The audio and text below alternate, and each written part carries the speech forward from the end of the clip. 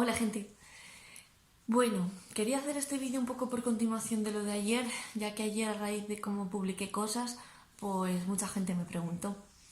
Lo primero de todo quería dar las gracias a la población, primero por esos aplausos que son súper emocionantes y que nos están animando a seguir no solo a nosotros los sanitarios, sino creo que a todos los que tenemos que trabajar en general, y por otro lado por haber respetado el no ir a urgencias.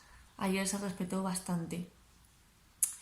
En Valencia creo que la cosa todavía no está muy mal, mi hospital es un hospital comarcal y todavía estamos bien, pero no sé cómo irá la cosa. De hecho, lo que más tenemos entre nosotros es una cierta incertidumbre, empezamos a tener un poco de ansiedad, porque no sabemos qué es lo que va a pasar.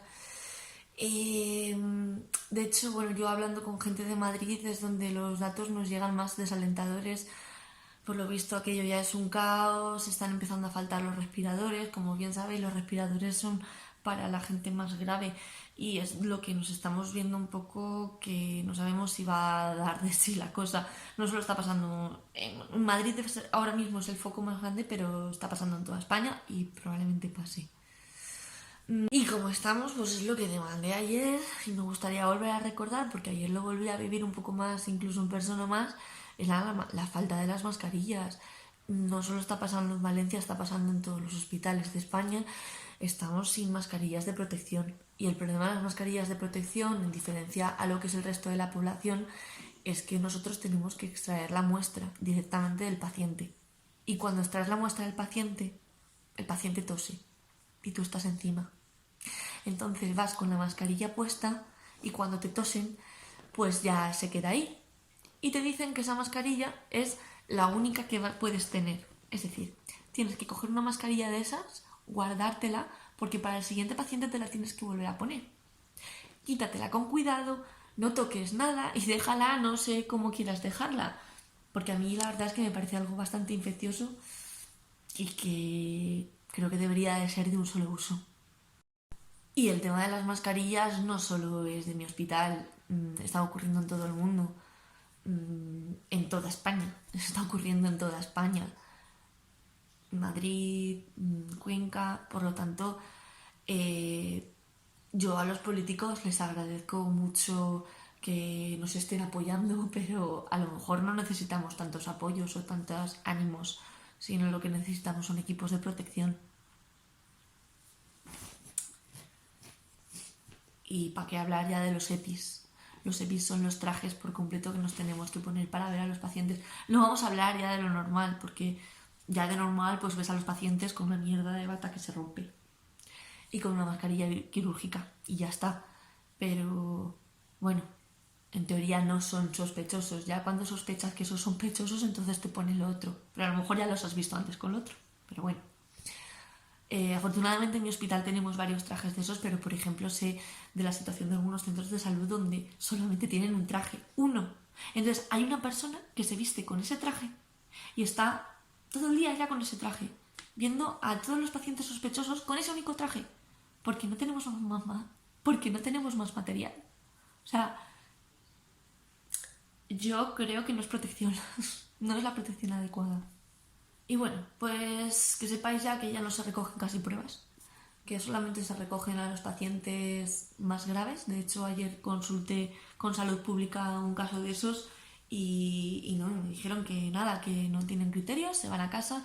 O sea, el manejo ahora mismo es quedarse en casita, a no ser que estés grave. Con eso quiero recordar que los casos que tenemos, los casos oficiales, no son los casos reales que hay. Así que no os pongáis a calcular letalidades y todo en función a los casos que hay, porque no son realmente esos.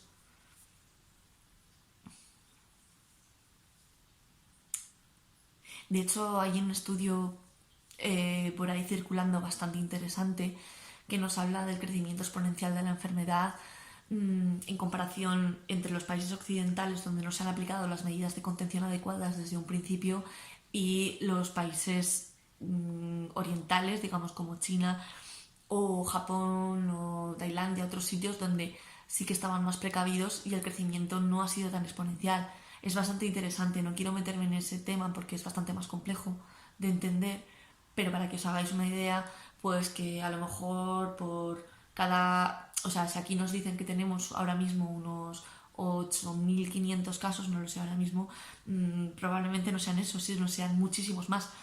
Posiblemente estemos incluso rondando los 200.000 o 300.000. Son todo estimaciones, no se puede poner un número. De hecho, con esa estimación de casos de que hay muchísimos más, pues a ver, tenemos graves, pero hay muchísimos más ocultos que no están dando síntomas, un poco para tranquilizar. Pero sí que es cierto que, pues bueno, estamos viendo gente joven que sí que se pone grave, pero hay que intentar acordarnos que bueno, que esos casos son los menores. Hay gente en UCI joven, sin factores, vale, pero son los menos casos. Y debido a que solamente se les está cogiendo pruebas a los sintomáticos, vamos, la gente asintomática que haya estado en contacto con uno ya prácticamente es impensable que se lo cojamos si no tiene síntomas, medidas de aislamiento domiciliario y ya está. Entonces, con esto lo que quiero decir es cómo es posible que a los políticos se les esté cogiendo aunque no tengan síntomas. Y por último quiero hablar del WhatsApp que estuvo ayer circulando sobre el empeoramiento de algunos pacientes jóvenes por haber consumido ibuprofeno. Esto salió creo que de Francia, ¿vale? No sé muy bien quién fue ahora mismo. ¿Vale? No hay ninguna evidencia de que los pacientes jóvenes que ahora mismo se encuentran en UCI o con casos más complicados se haya debido al consumo de antiinflamatorios. No hay ninguna evidencia, lo único que hay publicado del ibuprofeno y las infecciones es algún estudio previo a toda esta pandemia del coronavirus en el que se sugería que, bueno, que los AINES tipo ibuprofeno, naproxeno, Lantium y sus derivados, salvando el paracetamol y quizá el nolotil, podrían agravar ciertas infecciones. Por tanto, ante el desconocimiento de este virus, bueno, lo que se está recomendando es que la fiebre se palíe con el paracetamol, pero tampoco hay ninguna evidencia y por el hecho de que os hayáis tomado un ibuprofeno y cojáis el coronavirus no quiere decir que os vayáis a complicar.